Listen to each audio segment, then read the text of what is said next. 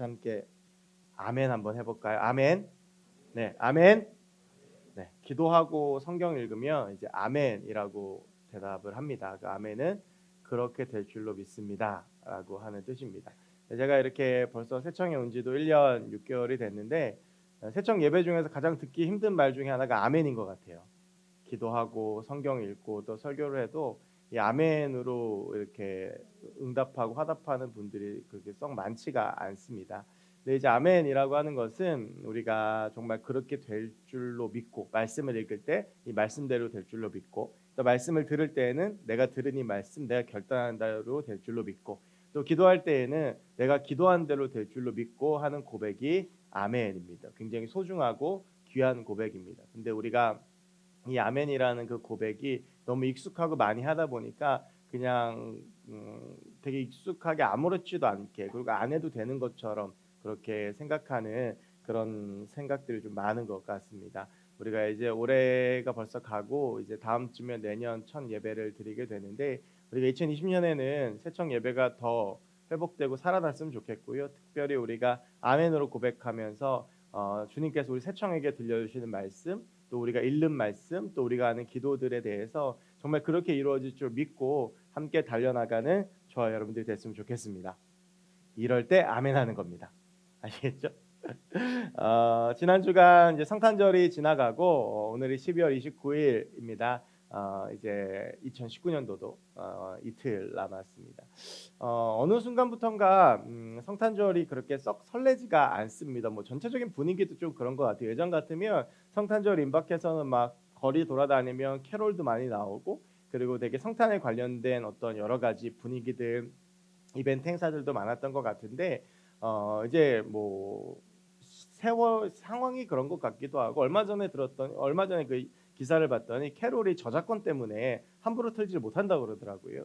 그러다 보니까 이제 전반적으로 성탄 분위기가 안 나는데 또 이제 저 같은 경우에는 이제 곧 40이니까 이제 내년이면 제가 30대 마지막 한 해를 보내게 되는데 나이가 들어가면서 조금 더 그런 것 같다라는 생각이 듭니다. 혹시 기억하실지 모르겠지만 예전에는 막 그런 거 있었어요. 저 어렸을 때는 오늘부터 사귀면 성탄절이 100일이다.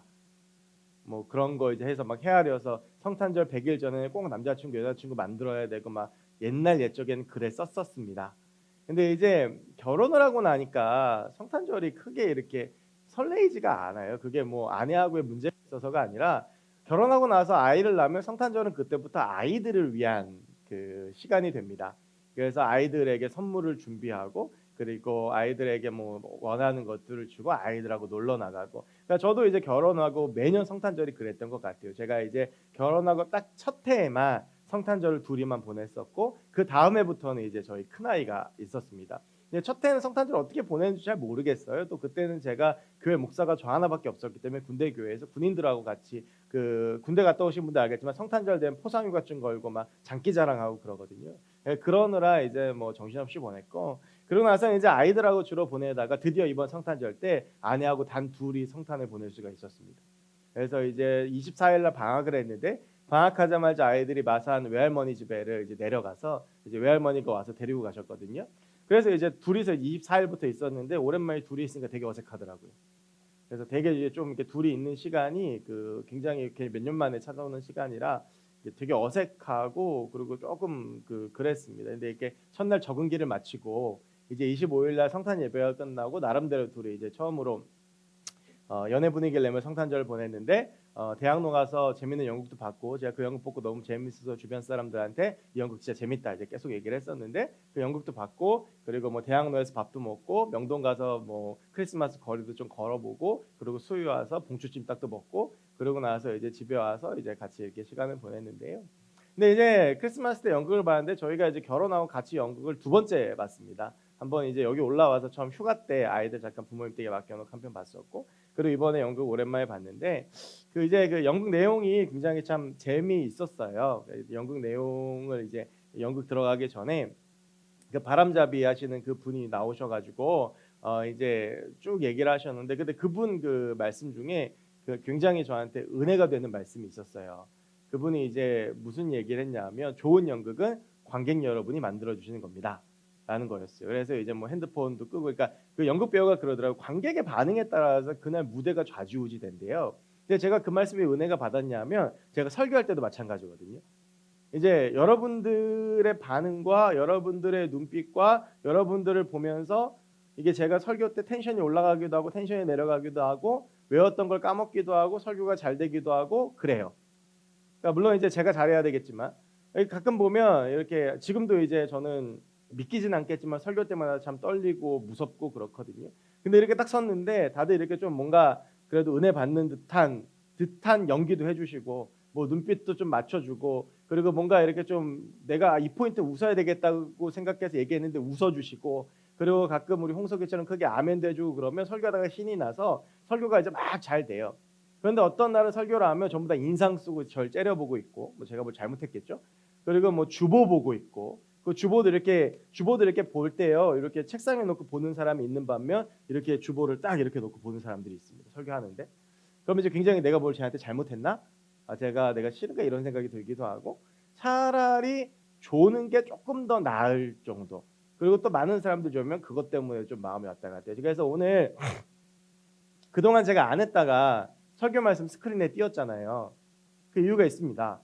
그 설교 말씀, 성경 말씀을 스크린에 안 띄웠던 이유는 여러분들에게 성경책을 좀 가지고 교회에 왔으면 좋겠다라고 하는 것이었어요. 그래서 저는 어딜 가나 목회라든지 그 성경 말씀을 스크린에 안 띄웠습니다.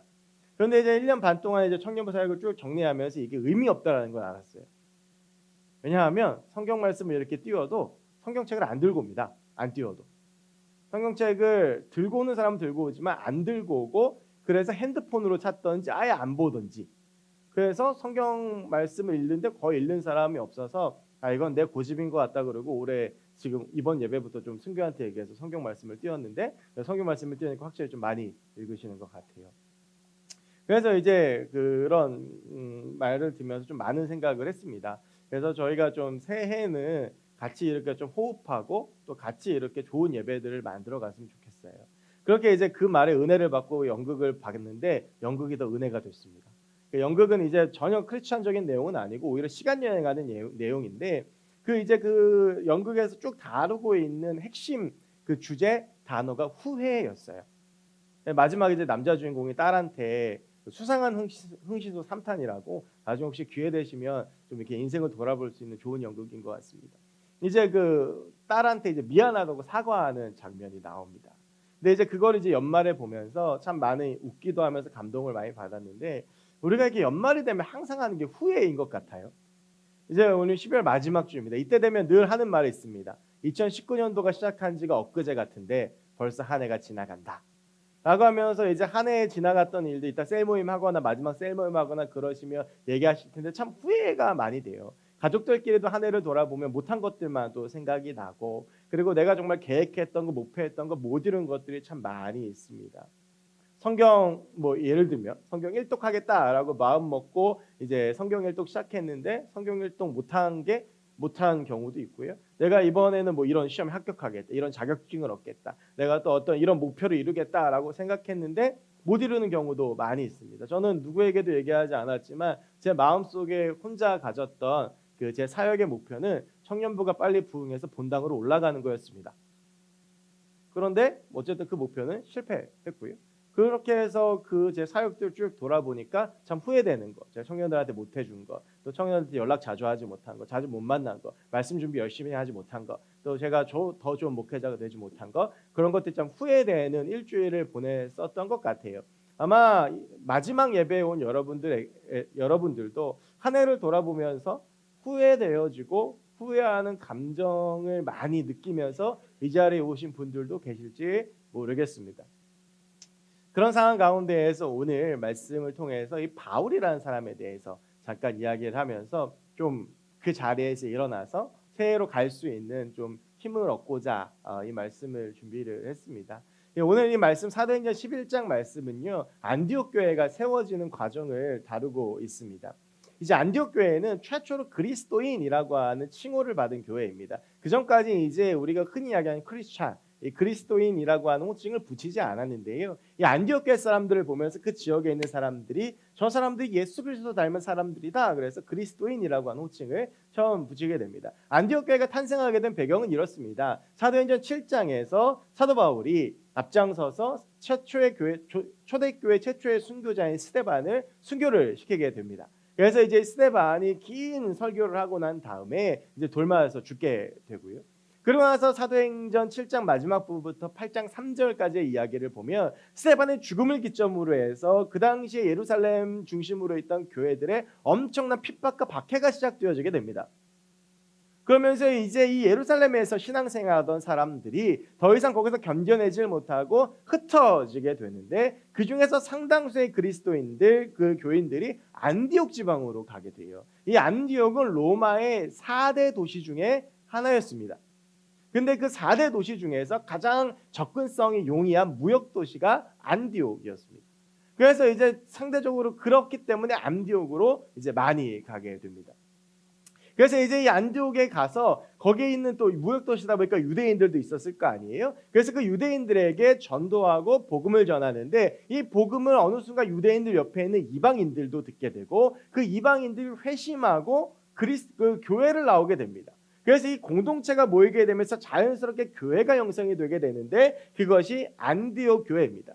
이거 어떤 목회자가 개척을 하거나 누가 이렇게 뜻을 가지고 교회를 세운 게 아니라 사람들이 모여서 말씀을 듣고 은혜를 나누다 보니까 자연스럽게 공동체가 된 거고, 이게 교회가 된 겁니다. 그러니까 이 소식을 예루살렘 교회에서 듣고, 그러면 이제 목회자를 파송해야 되겠다라고 생각을 해서 누구를 보낼까 하다가 요셉이라고 하는 사람을 보냅니다. 우리가 지난주에도 요셉이라는 그 이름을 가지고, 아리마다 사람 요셉을 가지고 말씀을 나눴는데, 이 요셉이라고 하는 것은 그 당시에 그 이스라엘의 굉장히 흔한 이름 중에 하나였어요. 그래서 우리가 잘 아는 창세기의 요셉도 있고, 예수님의 아버지 요셉도 있고, 우리가 지난주 나눴던 아리마다 사람 요셉도 있습니다. 근데 이 요셉은 또 다른 요셉입니다. 이 요셉은 우리가 흔히 아는, 우리가 잘 아는 이름으로는 바나바입니다. 원래 이 바나바는요, 이 사람의 본명이 아닙니다. 본명은 요셉이고 바나바는 이 사람의 별명이에요. 근데 여러분 이제 신약 성경을 읽을 때 앞에 바자가 붙으면 누구누구의 아들이라고 하는 뜻입니다.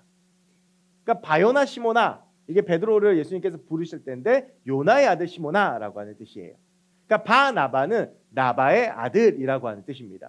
근데 이 나바라고 하는 이름의 뜻이 무엇이냐면 권면, 위로라고 하는 뜻입니다.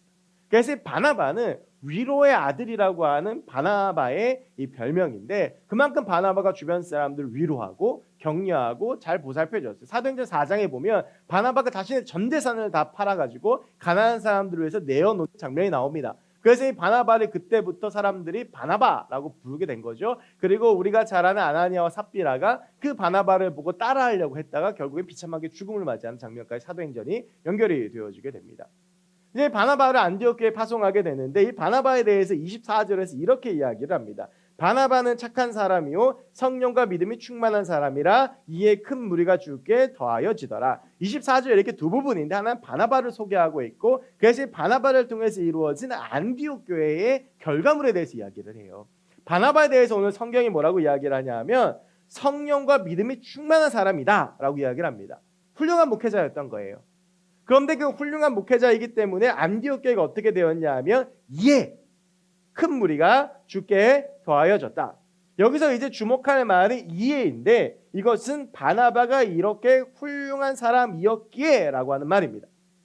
안디옥 교회가 자생적으로 모여서 주의 말씀을 가지고 일어서려고 했을 때 훌륭한 목회자인 바나바가 그 공동체에 파송이 되어져서 그 공동체를 같이 이끌어 가니까 이에 안디옥 교회가 큰 무리가 되었고 큰 교회가 되었다라고 하는 말입니다. 이것은 우리가 각자의 리더들, 또 각자의 사람들이 자기의 삶에 적용할 수 있겠지만, 저는 저에게 이 말씀을 적용하면서 참 여러 가지 생각이 들었습니다. 목회자는 참 중요합니다. 좋은 목회자를 통해서 공동체가 건강해집니다.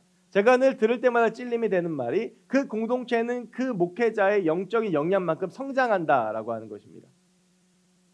제가 여러분들한테 말씀을 1년 반 동안 드리진 않았지만 제 마음 가운데는 상당히 큰 부담감이 있습니다. 저 어제 리더들한테는 처음으로 그 얘기를 했는데, 제가 청년 사역을 그동안 쭉 해오면서 가지는 부담이기도 합니다.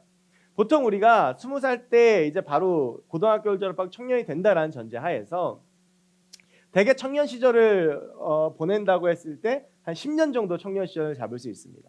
중간에 전도되어져 오거나 아니면 또 다른 곳에 있다가 오게 되면 그거보다 더 연수가 짧겠죠. 그런데 보통 청년부 목사들이 목회를 하면 짧게는 3년, 뭐 길게는 5년에서 뭐 7년 이렇게도 목회를 합니다. 그러니까 제가 지금 1년 반째 하고 있는데 그 말은 뭐냐 하면 여러분들이 청년 시절 때 만나는 목회자가 한 3명에서 4명 정도 된다라고 하는 겁니다. 조금 더 뭐 많은 경우도 있긴 하겠지만, 그러니까 여러분들이 청년 시절을 생각할 때 내 청년 시절 함께했던 목회자가 저라는 사실이 제게는 굉장히 큰 부담입니다. 여러분들에게 있어서 어떻게 보면 굉장히 소중한 청년의 시절을 제가 책임지고 있는데, 과연 내가 여러분들이 청년 시절 맡긴 만큼 괜찮은 목회자인가? 과연 여러분들에게 내가 잘하고 있는가라는 생각을 할 때는 늘 의문점이 듭니다.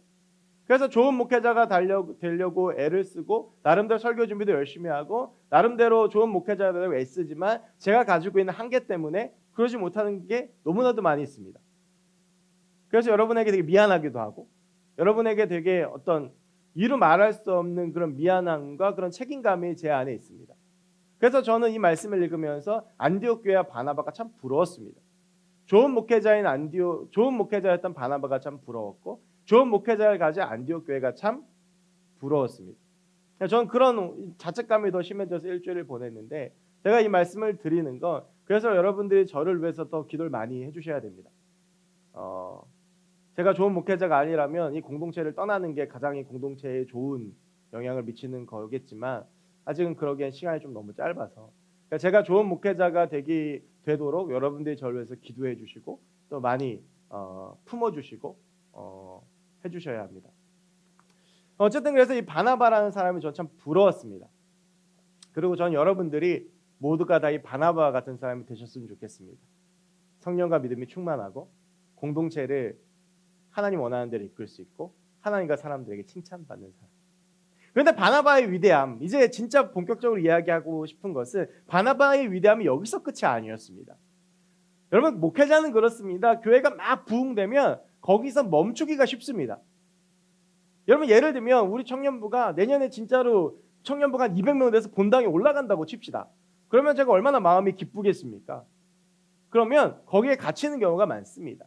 근데 이 바나바는 안디옥 교회가 계속 부흥하고 있는데 여기서 그 안디옥 교회에서 내가 부족한 걸 보게 됐습니다. 그것은 체계적으로 말씀을 가르치는 것이었습니다. 바나바가 성품이 좋고 신앙이 좋고 믿음이 좋은 사람이긴 했지만 무언가 말씀을 가르치기에는 내가 부족하다라는 생각이 들어서 그 말씀을 함께 가르치면서 공동 목회할 사람을 찾아보기 시작했는데, 그때 바나바의 마음에 든 생각이 10여 년 전쯤에 예루살렘에서 만났던 사울이라고 하는 사람이었습니다. 그 사울은 우리가 잘 알고 있는 바울이었습니다. 그래서 이 바울이라는 사람을 청해서 함께 공동 목회를 1년 동안 했는데 안디옥 교회 폭발적인 성장이 이루어지게 됩니다. 바울이 그만큼 말씀을 잘 가르쳤고 바나바가 훌륭한 성품으로 또 그 사람들을 품었기 때문입니다. 오늘 여기서 이제 바울에 대해서 주목해 보기를 원하는데요. 오늘 이 바나바가 이 바울을 청하기 위해서 다소를 가게 되는데 이 다소는 바울의 고향이었습니다. 오늘 본문에 이르기까지 바울이라는 사람의 인생 여정을 잠깐 보면 로마의 시민권자이고 바리새인 중에 바리새인이었던 이 바울은 아까 말씀드린 사도행전 7장에서 스데반을 죽이는 데 앞장섰고 그리스도인들과 교회를 핍박하는 데 앞장섰던 사람입니다. 사도행전 9장에 보면 이 사람이 다메섹에 예수 믿는 사람이 많다는 소식을 듣고 그 사람들을 핍박하기 위해서 다메섹으로 가다가 그 가는 길 중간에 예수 그리스도를 만나게 됩니다. 그러면서 회심하게 되어서 핍박하기 위해서 갔던 다메섹에 가서 복음을 전하게 됩니다. 이 사람은 열정이 있는 사람이었어요. 예수 만나고 바로 나아가서 다메섹에 복음을 전하게 되는데, 여러분 생각해 보십시오. 신천지의 이만이라든지 이런 사람들이 어느 날 갑자기 우리 교회에 나타나서 내가 회심했다, 체가족 등록 받아달라, 받겠습니까? 사도 바울에게 그 당시에 사울이라고 하는 사람은 교회 적이었습니다. 다메섹은 바울이 이 사울이라는 사람이 오면 어떻게 이 사람으로부터 교회를 지킬까, 어떻게 이 사람으로부터 나의 생명을 지킬까 해가지고 노심초사하고 있던 중이었는데 이 사람이 와서 갑자기 복음을 전하니까 어안이 벙벙해진 거예요. 무슨 속셈이 있을 것이다 라고 생각을 한 거죠. 환영받지 못했습니다. 그런데 사울이 도착하면 같이 교회를 핍박하고자 기다렸던 유대인들은 황당해졌습니다. 좀 뭐야? 배신자가 된 거죠. 그래서 다메섹에 도착한 사울, 즉 사도 바울은 유대인에게도 환영받지 못했고 그리스도인들에게도 환영받지 못했습니다. 어디로도 갈 수가 없는 낙동강 오리알 신세가 된 거예요. 그래서 그때 사도 바울이 아라비아로 3년을 떠나게 됩니다. 거기서 자신의 잘못되었던 신앙들, 자신의 잘못된 신앙과 신학들을 바로잡게 되고 3년이란 꽤 긴 시간이 흐른 후에 예루살렘으로 가게 됩니다. 그리고 거기서 이제 사도들을 만나서 그 사도들과 함께 사역을 하고 싶은 마음에 찾아가게 되지만 그곳에서 이제 아무도 또 이 바울을 만나주지 않았습니다. 베드로와 한 열흘 정도 있었던 것. 그리고 오늘 본문에 아까 말씀드렸던 이 바나바를 통해서 예수 그리스도의 동생이었던 당시 예루살렘 교회 담임 목사인 야고보를 만났던 것. 그것이 바울이 예루살렘에 할 수 있었던 전부였어요. 어디에서도 인정받지 못했던 것이죠. 열정은 있는데. 여러분 이때 이 바울의 마음의 상심이 어땠을까요? 나름대로 예수 만나가지고 내가 뭔가 일을 하겠다고 나섰는데 아무도 알아주지 않아서 우리가 흔히 말하는 연예인들이 뭐 음주운전 사고 일으키거나 연예인들이 사고 일으키면 이야기하는 자숙의 시간을 나름대로 3년을 가진 거예요. 그러고 나서 그 3년이라는 기간 동안 하나님과 관계는 더욱더 깊어졌고 어긋났던 신학들이 똑바로 돌아오기 시작했습니다. 그러니까 자기가 하면 정말 많은 일들을 할 수 있을 것이라고 생각을 했어요. 그리고 예루살렘으로 갔는데 아무도 자기를 만나주지 않는 거예요. 그래서 바울이 고향인 다소로 낙향을 하게 됩니다. 그리고 거의 7, 8년 시간 동안 아무도 찾지 않고 고향에서 시간을 보내게 되죠. 여러분 그때 바울의 마음이 어땠을까요? 여러 가지 마음들이 막 복합적으로 들지 않았을까요? 먼저는 내가 예수 만나가지고 뭔가 하고 싶은 열정이 있는데 그대로 못하는 건 괴로운 일입니다. 제가 우리 번동제일교회 오기 전에 전에 교회에서 사역을 할 때 3년 동안 열심히 청년 사역을 했습니다. 정말 뭐 집에도 잘 안 들어가고 막 청년 사역을 계속 막 열심히 하고 했는데 그때 이제 교회에서 4월이었는데 사역을 4월 달에 갑자기 이게 조정이 돼서 제가 청년 사역을 내려놓고 교구로 가게 됐어요. 근데 제 안에는 너무 그게 이제 그 다음 날부터 괴로운 거예요. 청년들이 너무 좋고 청년들이 너무 귀한데 그 교회는 어떠냐면 교구를 바뀌면 내가 이전 교구였던 사람한테 인사를 하면 안 됩니다. 여러 가지 의미가 있어요. 그러니까 예를 들면 1교구였다 2교구가 되잖아요. 그러면 2교구로 갔으면 1교구 사람들하고 아는 척을 하면 안 돼요. 그게 이제 그 교회 나름 룰이에요. 청년부를 하다 교구로 갔잖아요. 그럼 청년들 아는 척하면 안 돼요. 중간에 막 단기 선교 준비하고 뭐하고 막 하다가 이게 갑자기 이렇게 되니까 너무 그 가운데 상실감이 크고 제일 괴로운 게 청년들이 눈앞에 보이는데 인사도 못하고 내가 무슨 문제인지도 아는데도 가지도 못하고 막 그런 거예요. 그러니까 그게 너무너무 괴로워서 제가 그때 거의 한 달 동안 6kg, 7kg가 빠졌습니다. 그러니까 최고의 다이어트는 마음고생입니다. 너무 힘들어가지고 내가 도저히 이 교회 못 있겠다. 그래서 3주 만에 이제 기도하다가 이제 뭐 이렇게 해서 번동제일교회 오는 게 결정이 되고 그래서 중간에 교회를 옮긴 거예요. 그래서 제가 그 마음을 알아요. 하고 싶은데 못하는 거 얼마나 괴롭습니까? 내가 뭔가 하고 싶은 열정이 있고 뭔가 하고 싶은데 못하는 거 그거 정말 괴로운 일입니다. 바울은요 엘리트 코스로 살아왔던 사람이에요. 늘 1등하고 쉽게 말하면 좋은 대학 가고 좋은 직장 가고 근데 갑자기 아무것도 못하는 사람이 된 거예요. 실업자가 된 거예요. 아무도 알아주지 않아서 욕하는 사람, 어느 진영에도 속하지 못하는 사람이 된 겁니다. 여러분 거기서 바울이 얼마나 가슴을 치면서 내가 교회 핍박했던 것 후회했겠습니까? 어쩌면 바울이 인간적인 마음이 들 때에는 예수 믿은 것을 후회했을지도 모릅니다. 여러분 이게요. 제가 겪어보니까 한 달도 힘든데 10년 가까운 세월을 그 마음을 가지고 살아가면 얼마나 힘들고 괴롭습니까?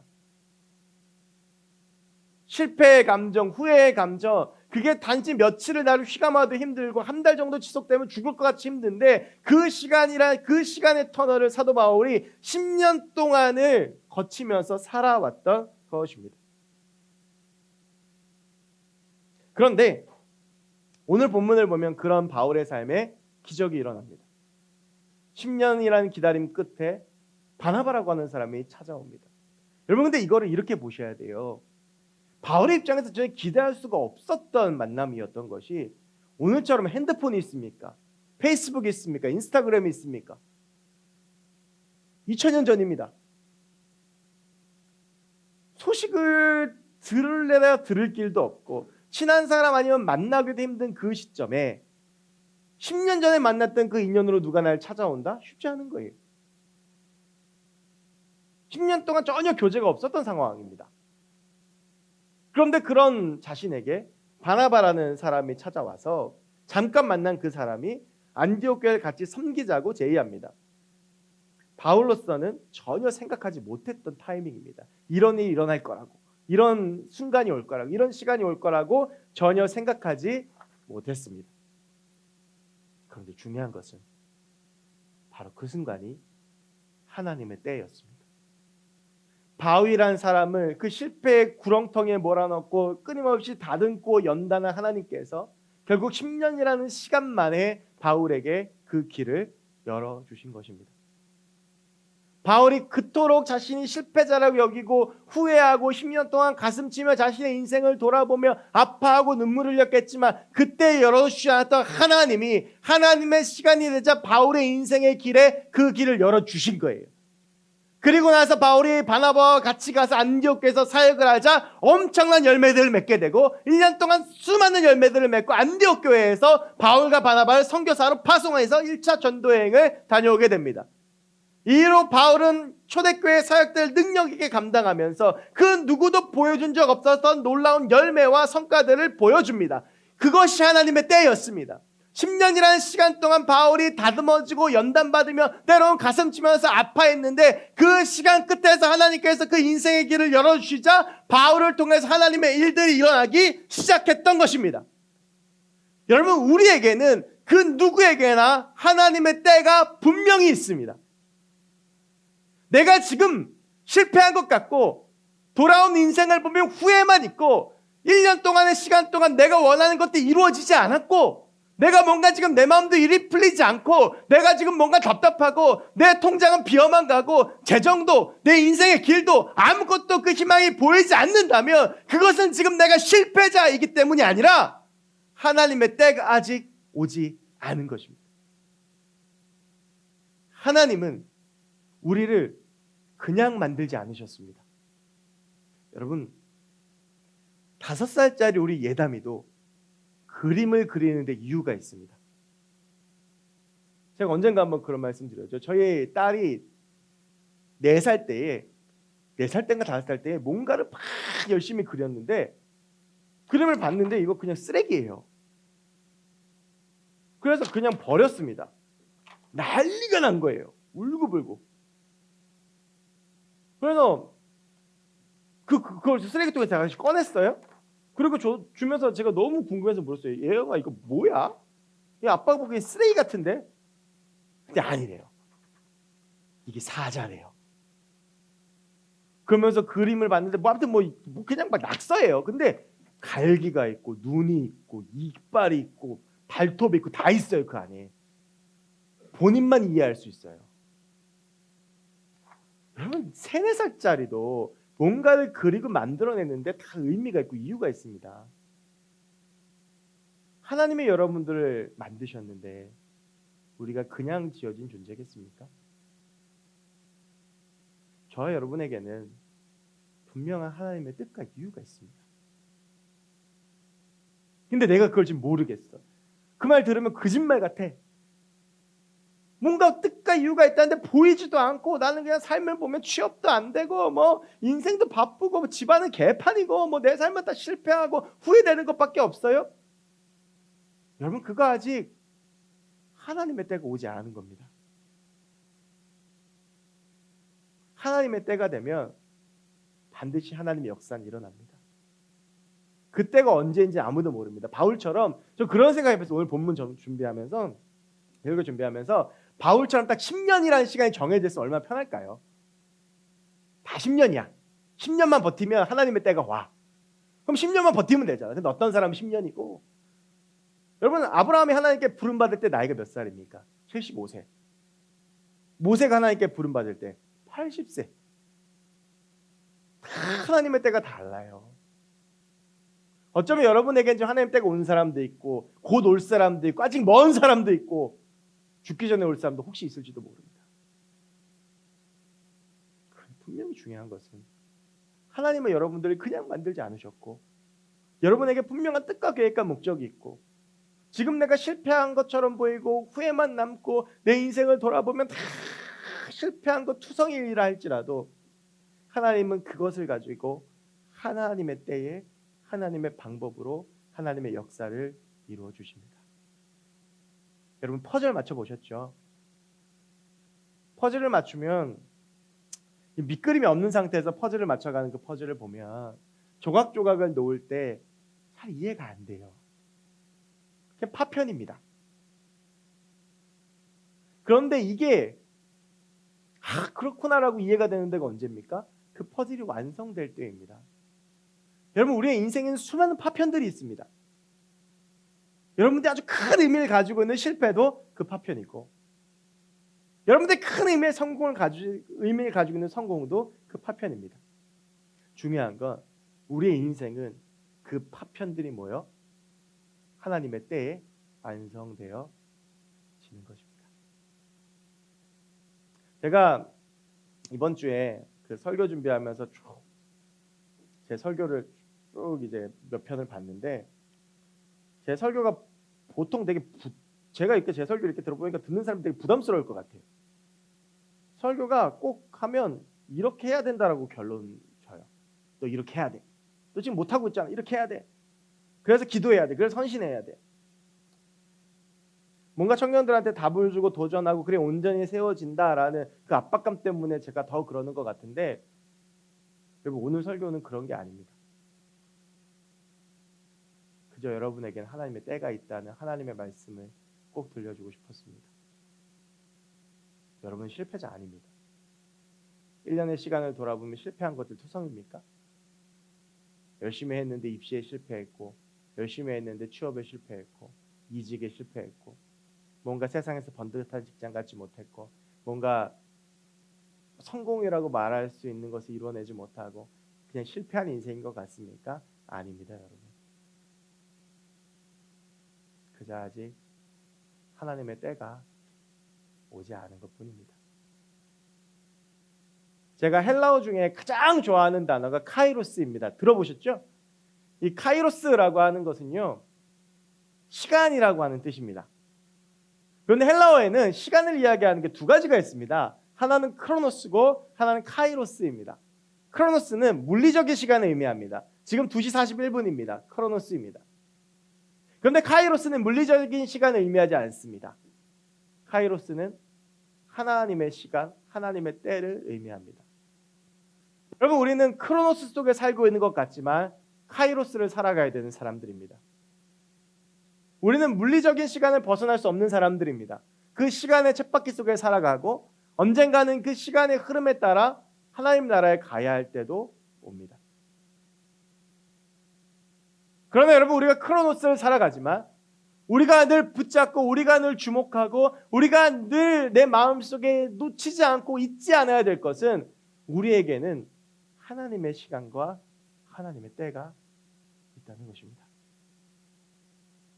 오늘 설교 제목은 하나님의 때, 여러분 이제 셀모니 교재 하나님의 때인데 하나님의 때라고 하면서 제가 영어를 잘 못하지만 그 밑에 그 영어 제목을 In His Time이라고 썼습니다. 여러분 우리가 그의 시간 안에 있을 때 하나님의 역사가 일어납니다. 크로노스의 시간을 보면 나이도 들어가고 그러면서 내가 해놓은 것도 없는 것 같고 여전히 내 삶은 제자리인 것 같고 뭔가 조바심 나고 지금 이 시기쯤에는 이런 것 좀 해야 되는데 내 친구들 다 결혼했고 내 친구 다 이런 데 취업했고 이런 학교 갔고 뭔가 이거 이루어야 되는데 안 된 것 같습니까? 그건 여러분 사람들의 시간입니다. 여러분에게는 하나님의 계획과 뜻이 있고 그래서 하나님의 때가 있습니다. 어쩌면 실패하고 넘어지는 거 여러분 우리는 그것을 믿는 사람들 실패라고 하지 않고 연단이라고 합니다. 주님께서 조금 여러분들 또 만들어 주시는 것입니다. 주님께서 또 여러분들 또 만들어 가시는 것입니다. 그래서 여러분들은 하나님의 사람을 만들어서 주의 때가 되면 하나님의 계획과 목적에 맞게 여러분들을 쓰시는 것입니다. 여러분, 우리가 한 해를 마무리하며 다시 한 해를 시작할 때 그 하나님을 바라봤으면 좋겠습니다. 지금도 내 삶에서 일하고 계신 하나님, 지난 1년간 내가 실패라고 부르는 삶을 살았을지 모르고 후회의 삶을 살았을지 모르지만 그 삶의 한순간도 나를 놓치지 않으시고 나와 함께 하셨던 그 하나님, 내가 지치고 힘들 때 나를 격려하시고 내 삶 구석구석을 살펴보시고 감찰하시면서 나는 알지 못할지 모르겠지만 내 필요를 채워주시고 나를 일으켜주시고, 그래서 하나님의 때에 하나님의 방법으로 하나님의 사람으로 하나님의 인생의 길로 나를 인도하고 계시는 그 하나님, 우리는 그저 그 하나님 바라보며 그 하나님 따라 걸어갈 때 하나님께서 우리의 삶에 분명히 역사하실 줄을 믿습니다. 여러분, 우리 인생에 하나님의 때는 반드시 옵니다. 하나님, 그 하나님의 때에 하나님의 일을 하실 것입니다. 내 실패, 내가 지금 후회되는 일들, 내가 돌아온 시간들, 그래서 정말로 가슴 아픈 것들, 여러분 그거 바라보지 마시고 지금도 내 안에서 역사하시고 일하고 계시는 그 하나님 바라보며 함께 일어나 걸어가는 저 여러분 되었으면 좋겠습니다. 우리 시간 같이 함께 그 주님을 기대하고 기억하며 찬양했으면 좋겠습니다.